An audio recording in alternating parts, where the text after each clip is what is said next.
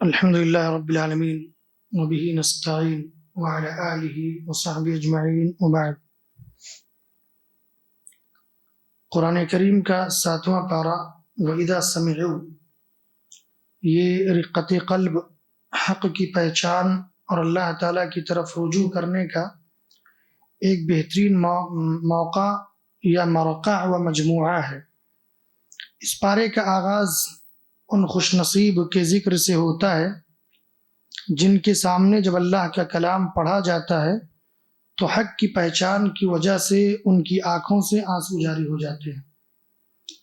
اس پارے میں سورہ مائدہ کے بقیہ حصے میں حلال و حرام کے مزید احکامات، قسم کے کفارے اور شراب و جوئے کی قطعی ممانعت بیان کی گئی ہے۔ پارے کے دوسرے حصے میں سورہ انعام شروع ہوتی ہے جو مکہ مکرمہ میں نازل ہوئی، اور اس کا پورا زور توحید، کائنات کے مشاہدے اور شرک کی تردید پر ہے۔ اس میں حضرت ابراہیم علیہ السلام کا وہ مشہور واقعہ بھی ہے جس میں انہوں نے ستاروں، چاند اور سورج کے مشاہدے سے اپنے رب کو پہچانا۔ یہ پارہ ہمیں سکھاتا ہے کہ سچا مومن وہ ہے جس کا دل اللہ کی یاد میں نرم ہو جائے اور وہ کائنات کی ہر نشانی میں اپنے خالق کا جلوہ دیکھے۔ 7ویں پارے کا عملی پیغام کیا ہے؟ سب سے پہلی بات یہ ہے، 7ویں پارے میں ہمیں کئی باتوں کا پتہ چلتا ہے۔ ایک پہلی بات یہ ہے کہ حق کو قبول کرنا۔ جب حق بات آ جائے، سامنے آ جائے تو اسے فوری قبول کرنا چاہیے۔ یہ سچے مومن کی نشانی ہے۔ سچے مومن کی نشانی یہ ہے یعنی کہ اللہ کا کلام سن کر اس کا دل پگھل جاتا ہے، جس کو ہم یہ کہتے ہیں کہ دل اس کا نرم پڑ جاتا ہے، رقت طاری ہو جاتی ہے، دل اس کا لرز جاتا ہے۔ جیسا کہ اللہ نے کہا پہلی آیت میں وَإِذَا سَمِعُوا مَا أُنزِلَ إِلَى الرَّسُولِ تَرَىٰ أَعْيُنَهُمْ تَفِيضُ مِنَ الدَّمْعِ مِمَّا عَرَفُوا مِنَ الْحَقِّ، کہا کہ اور جب وہ سنتے ہیں جو رسول کی طرف نازل کیا گیا ہے تو دیکھتا ہے کہ ان کی آنکھیں آنسوؤں سے بہہ رہی ہوتی ہیں۔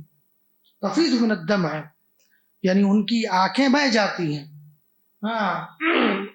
آنسو بہہ جاتے ہیں آنکھوں سے۔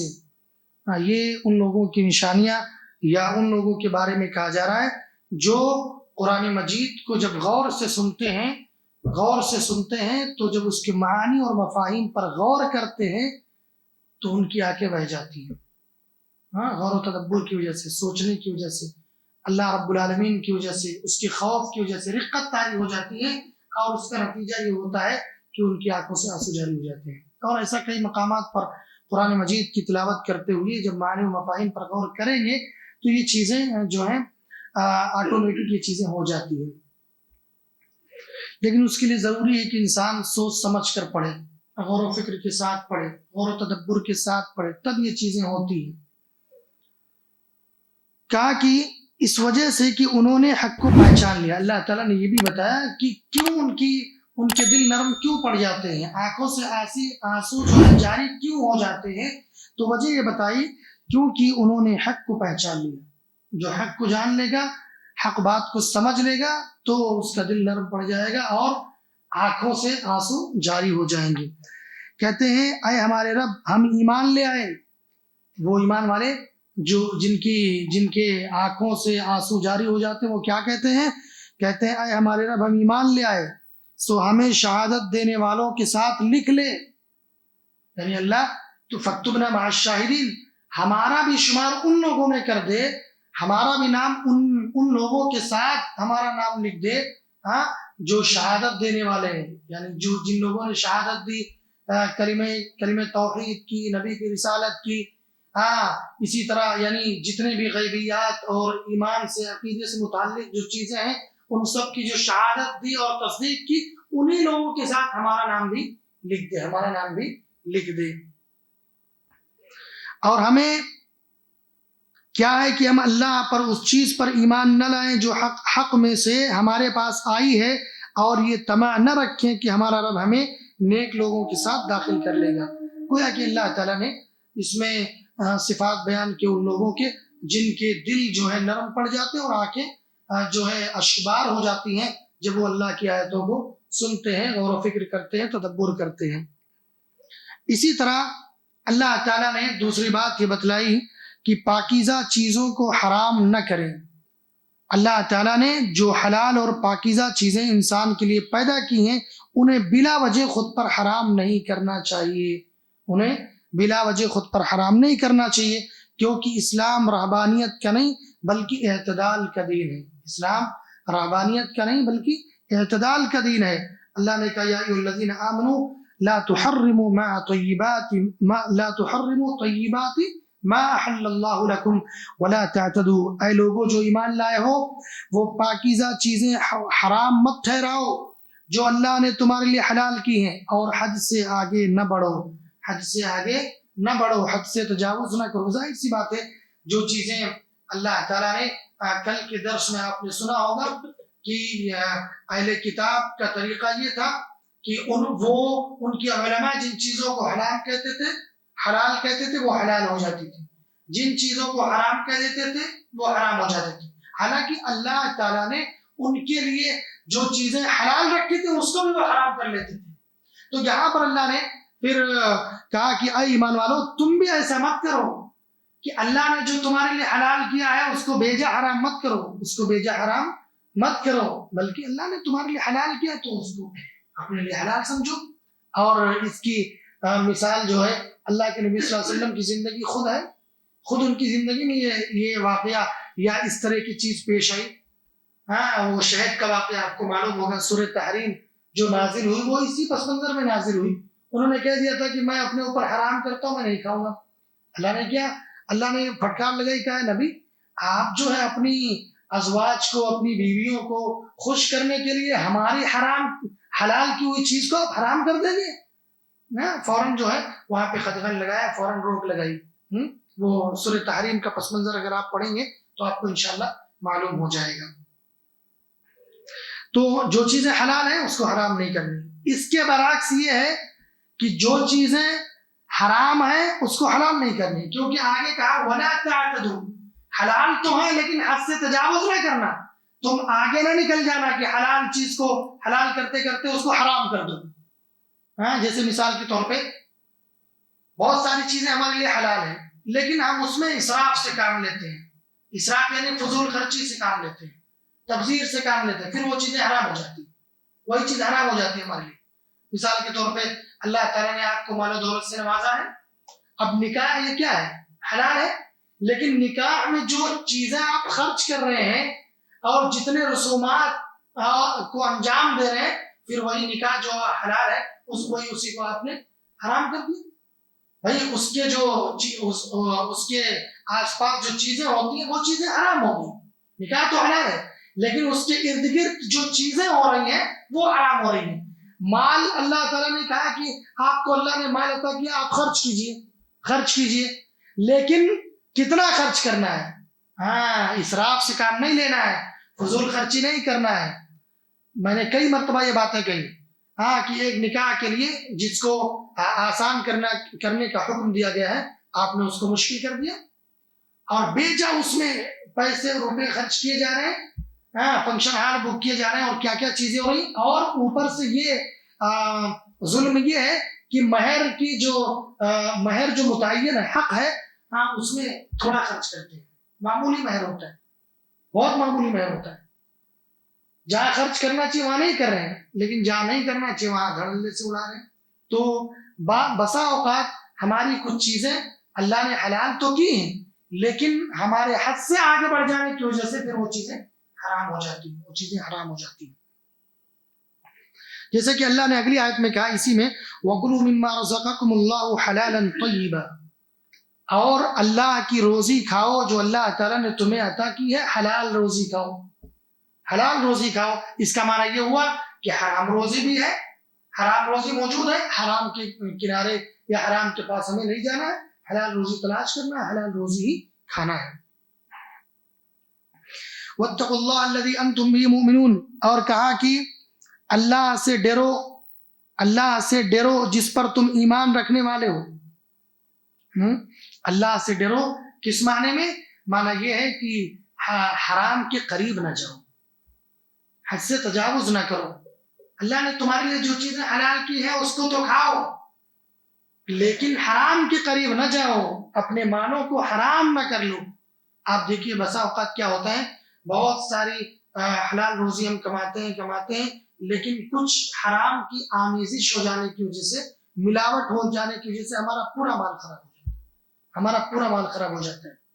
جیسے کہ ایک شخص کے بارے میں بیان کیا جاتا ہے، اور آپ دیکھیں گے اکثر کئی مرتبہ آپ نے سنا بھی ہوگا کہ وہ شخص جو ہے کاروبار کرتا ہے، تجارت کرتا ہے، اور اس کے بعد ایسے ہی اس کی زندگی گزرتی رہتی ہے، لیکن جب اس کو حج کا موقع آتا ہے تو وہ یہ کہتا ہے کہ بھائی کچھ پیسے وہ اکٹھے کرتے رہتا ہے، الگ ذخیرہ کرتے رہتا ہے، اور آخر میں کہتا ہے کہ یہ وہ مال ہے ہمارا جس سے میں حج کروں گا۔ تو اس کا کیا معنی ہوگا؟ بقیہ مال آپ کا کیا ہے؟ بھائی بقیہ مال کیا ہے آپ کا؟ ایسے بہت سارے آپ نے سنا ہوگا، دیکھا بھی ہوگا، وہ کہتے ہیں لاسٹ میں آخر میں کہ یہ جو مال ہے ہمارا، یہ جو ہم نے پیسہ جمع کیا ہے اسی سے ہم حج کریں گے، یہ ہمارا حلال کا پیسہ ہے۔ اس کا معنی کیا ہوا؟ باقی آپ کا حرام کا پیسہ ہے۔ اس لیے جو ہے ہمیں سوچنا چاہیے ہاں کہ ہم جو کما رہے ہیں، جو روزی ہم تلاش کر رہے ہیں، وہ کس طریقے سے، کس ذرائع سے کر رہے ہیں، اگر وہ حلال ہے یا حرام ہے۔ پھر وہ آخر میں جب ہم حج کرنے جا رہے ہیں تو کہہ رہے نہیں ہم اس پیسے سے جا سکتے ہیں، اس سے نہیں جا سکتے ہیں۔ ہمیں تو یہ ہونا چاہیے کہ ہمارا سارا مال الحمدللہ حلال ہے، ہم جب چاہے عمرہ کر سکتے ہیں، جب چاہے حج کر سکتے ہیں، یہ ہونا چاہیے۔ یہ نہیں کہ اس والے سے کریں گے، اس والے سے نہیں کریں گے۔ تو یہ تفریق بتلاتی ہے کہ جو ہے حرام کے قریب بالکل بھی نہیں جانا ہے، اور یہ بھی حرام ہے کہ آپ یہ کام کریں کہ حج کے لیے الگ پیسہ اور دیگر زندگی گزارنے کے لیے الگ پیسہ۔ بھائی ہر ایک چیز پر، آپ کی زندگی کے ہر ایک وقت پر جو آپ کے اوپر خرچ ہو رہا ہے وہ سارا کا سارا حلال ہونا چاہیے۔ ایسا نہیں کہ حج اور عمرے کے لیے حلال، باقی چیزوں کے لیے حرام، تو اس سے بچنا چاہیے۔ اسی طرح اللہ رب العالمین نے اس پارے کے اندر قسموں کی حفاظت اور کفارے کا بھی ذکر کیا ہے کہ بھائی جو قسم اگر آپ کھا رہے ہیں تو اس کی حفاظت کیجیے، اس کی پاسداری کیجیے۔ اگر آپ نے قسم کھایا تو اس کو پورا کیجیے، اگر آپ پورا نہیں کر پا رہے ہیں تو اس پر کفارہ ہے، اس کا ذکر اللہ تعالیٰ نے اس میں کیا ہے۔ پارے 7 مائدہ آیت نمبر 89 کے اندر شراب اور جوئے سے دوری کے بارے میں اللہ تعالیٰ نے اس پارے کے اندر بیان کیا کہ ایمان والو، ایمان والو، بات یہی ہے کہ شراب اور جوا اور شرک کے لیے نصب کرتا چیزیں اور فال کے تیر سراسر گندے ہیں، سراسر گندے ہیں۔ یعنی اللہ تعالیٰ نے کئی حرام کردہ چیزوں کو بیان کیا ہے۔ ایک تو شراب والمیسر، اور کہا کہ شراب اور جوا، میسر یعنی جوا، والانصاب، اور شرک کے لیے نصب کردہ چیزیں۔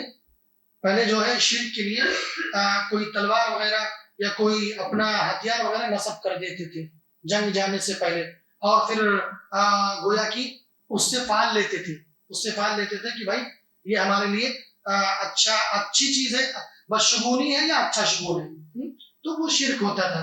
تو اس سے بھی منع کیا اللہ تعالیٰ نے، اور منع ہی نہیں کیا رجس من عمل الشیطان، یہ گندی چیز ہے، شیطانی عمل ہے۔ تو شراب، جوا، قمار بازی، یہ ساری چیزیں کیا ہے؟ شیطانی عمل ہے، مردود ہے، اور یہ حرام ہے۔ فاجتنبوہ، اللہ نے آگے کہا ان سے بچو، اجتناب کرو، دور رہو، لعلکم تفلحون، تاکہ تم کامیاب ہو جاؤ۔ یہ وہی آخری مرحلہ ہے شراب کا۔ اس سے پہلے کے درس میں نے بتلایا تھا کہ 2 مراحل اس سے پہلے گزرے۔ وہ کیا ہے؟ پہلا مرحلہ یہ تھا کہ اللہ تعالیٰ نے صرف یہ کہا کہ دیکھو بھائی یہ جو شراب پی رہے ہو اس میں نفع کم ہے، نقصان زیادہ ہے، اور اصول یہ قاعدہ یہ ہے کہ بھائی آدمی جس میں نفع زیادہ ہوتا ہے اس کو لیتا ہے، اس کو حاصل کرتا ہے، نقصان والی چیز کو حاصل نہیں کرتا ہے یا اس کے پیچھے نہیں جاتا ہے۔ دوسرا مرحلہ یہ کہا اللہ تعالیٰ نے کہ ایمان والو، جب تم نشے کی حالت میں ہو تو مسجد میں نہ جاؤ، یعنی نماز کے قریب نہ جاؤ۔ اس کے بعد آخر میں تیسرا مرحلہ یہ ہے کہ ایمان والو، اے وہ لوگوں جو ایمان لے کر آئے ہو، یہ شراب یا قمار، جوا، یہ ساری چیزیں کیا ہے؟ عملی ہیں، شیطانی عمل ہے، مردود ہیں، گندی چیزیں، حرام ہے، اس سے اجتناب کرو۔ اسی طرح اللہ تعالیٰ نے یہ پارے 7 کے اندر یہ بات بھی بتلائی کہ بیجا سوال مت کرو، بیجا سوال نہ کرو، فضول سوال مت کیا کرو. یا الذین آمنوا لا تسألوا عن اشیاء ان تبد لکم تسؤکم. چونکہ اس وقت وحی کا سلسلہ جاری تھا تو بسا اوقات صحابہ کچھ ایسے سوالات کر لیتے تھے جن کی وجہ سے پھر وحی آنا ہوتا تھا اور پھر وحی میں ان پر وہ چیز عائد کر دی جاتی تھی. جو چیز ان پر عائد نہیں ہوئی ہوتی تھی وحی کے ذریعے عائد ہو جاتی تھی، فرض کر دیا جاتا تھا. تو پھر اللہ تعالیٰ نے منع کیا کہ بھائی ایسی چیزیں کیوں سوال کرتے ہو کہ وحی کا سلسلہ جاری ہے پھر تمہارے اوپر وہ لازم کر دیا جائے گا. اس لیے جو چیزیں چل رہی ہیں چلنے دو، ایسی چیزوں کا فضول باتیں مت کرو. یا ایھا الذین آمنوا لا تسألوا عن اشیاء ان تبد لکم تسؤکم. اے وہ لوگو جو ایمان لائے ہو، لا تسألوا عن اشیاء ان تبد لکم تسؤکم، ایسی چیزوں کا سوال نہ کرو جو تمہارے لیے بعد میں ظاہر کر دیا جائے، یعنی تمہارے اوپر واجب کر دیا جائے، تمہیں کہہ دیا جائے کہ اچھا ٹھیک ہے کہہ رہے ہو تو کرو. جیسے کہ اس کی میں ایک مثال ہمیشہ دیتا ہوں. ہمارے جب ہم لوگ ایگزام دیتے تھے تو ہمارے اساتذہ سے ہم لوگ بھی ایگزام سے پہلے پوچھتے رہتے تھے کہ یہ بھی کرنا ہے، اس میں ایک تھوڑی تفصیل ہے، یہ بھی کرنا ہے، اس سوال میں تو تھوڑا تفصیل ہے، یہ بھی کرنا ہے. تو بسا اوقات استاد کہہ دیتے تھے ہاں لکھو، تو اب وہ تفصیل بھی لکھنا پڑتا تھا، یعنی پورا کمپلیٹ لکھنا پڑتا تھا. اب بسا اوقات اساتذہ کہتے تھے یار کیوں بیچ بیچ میں کھود کھود کے کیوں پوچھ رہے ہو، ابھی کہہ دیں گے لکھو تو لکھنا پڑے گا، جتنا پوچھا گیا اتنا لکھ دو. جب نہیں کہا گیا کہ تفصیل سے لکھو تو کیوں پوچھ رہے ہو بار بار؟ وہ تو ہمیں بھی پتا ہے کہ اس میں تفصیل ہے، تھوڑا اس میں یعنی کمپلیٹ لکھنا ہے. تو خود پوچھ کے اپنے اوپر بہت مت. یہی معاملہ یہاں پر کہا کہ ایمان والو یہ ایسے فضول سوالات مت کرو، اپنے اوپر خود لازم مت کرو ایسی چیزیں جو چیزیں تمہارے اوپر لازم نہیں ہیں، جو چیزیں تمہارے اوپر لازم نہیں. اللہ کے نبی صلی اللہ علیہ وسلم کی حدیث بھی اس سلسلے میں معروف ہے، ان اللہ کرہ لکم ثلاث. اللہ تعالیٰ 3 چیزوں کو ناپسند کرتا ہے، قیل وقال وکثرت السؤال واضاعۃ المال. کا 3 چیزوں کو ناپسند کرتا ہے. وہ 3 چیزیں کیا ہیں؟ ایک تو قیل وقال کرنا، یعنی قیل وقال کا مطلب بات آ گئی ہے لیکن یہ ہے کہ یہ ہے، شک میں شش و پنج میں مبتلا آدمی. بھائی جو بات واضح ہے اس کو مان لو، اس کو قبول کر لو. نہیں ایسا نہیں، ایسا ہونا چاہیے. قیل وقال کر رہا ہے، مان نہیں رہا، اس کو ہر در نہیں آ رہا اس کے اندر، تو اس چیز کو مان نہیں رہا ہے. وہ کہہ رہے نہیں ایسا نہیں، اچھا یہ بات ہے کیا، اچھا یہ بھی ہو سکتا ہے، اچھا یہ بھی ہو سکتا ہے، کیا یہ مانا ہے، کیا یہ ہو سکتا ہے.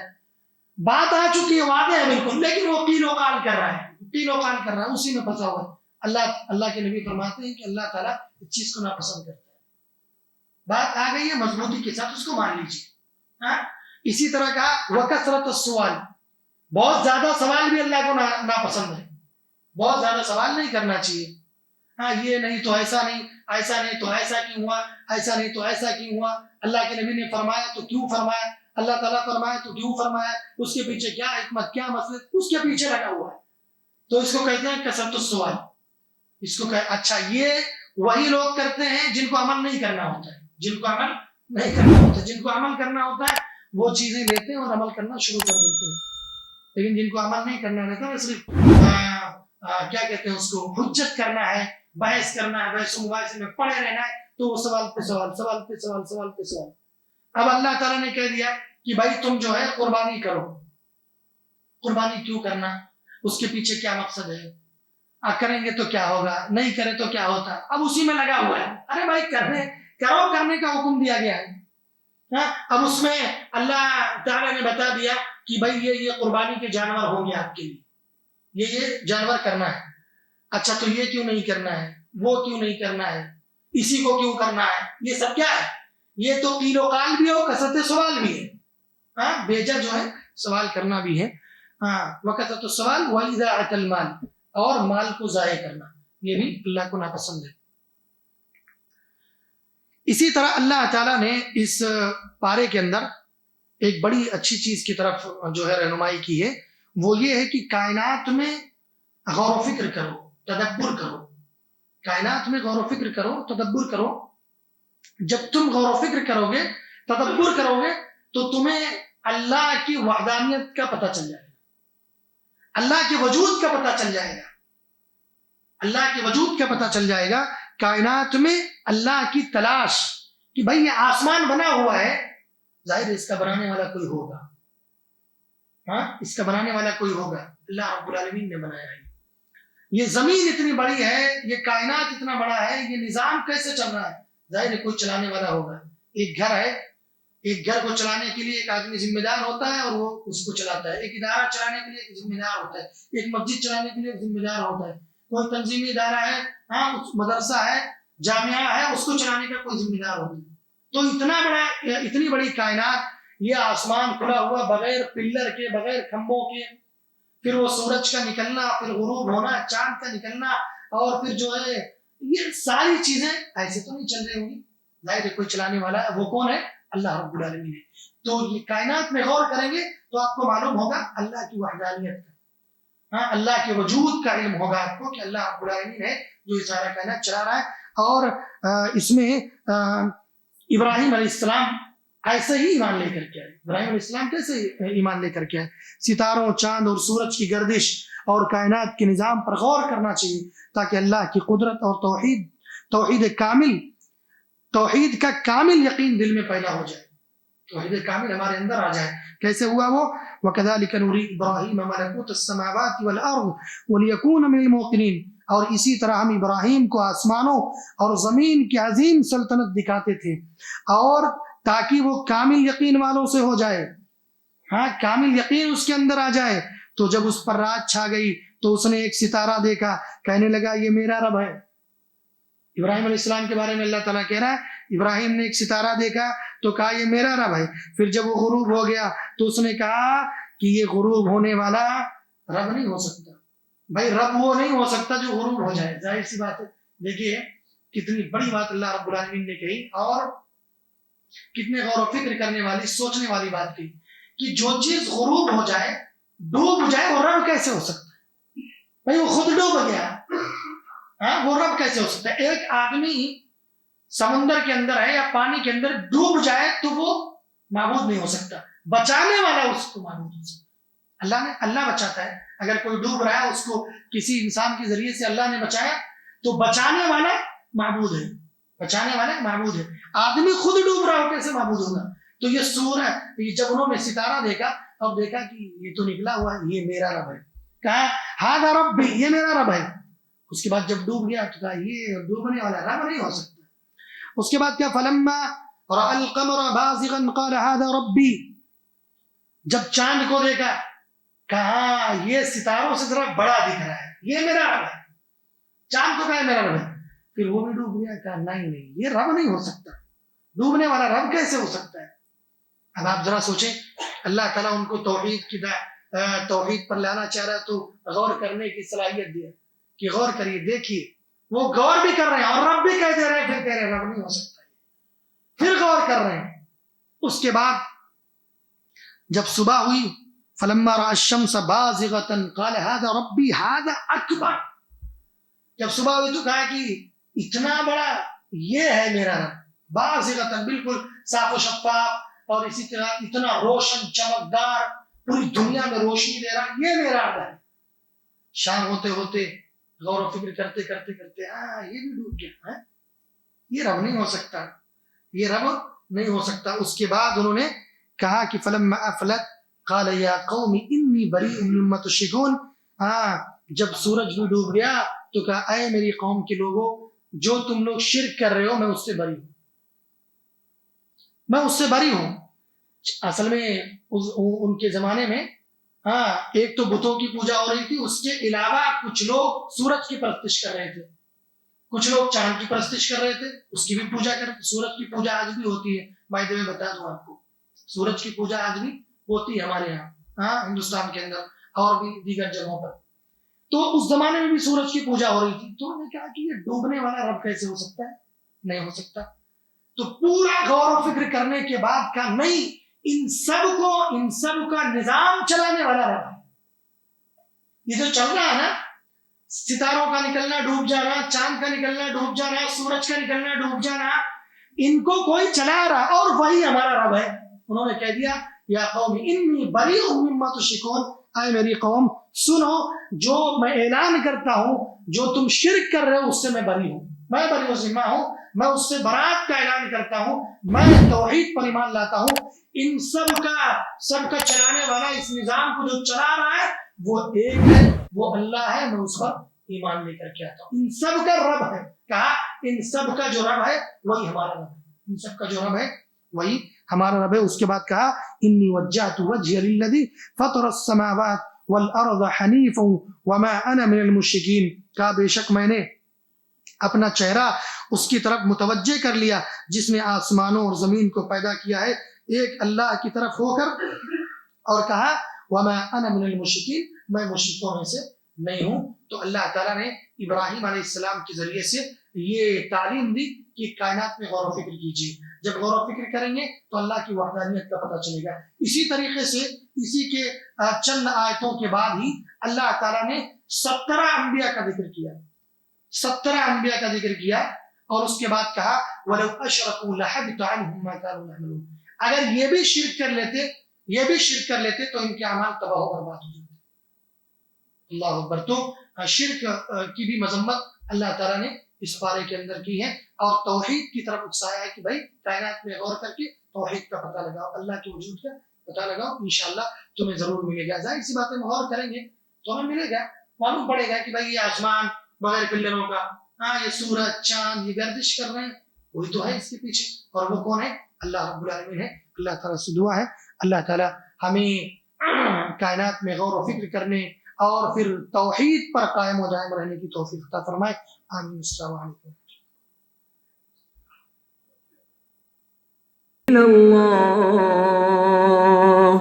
إن الله بصير بالعباد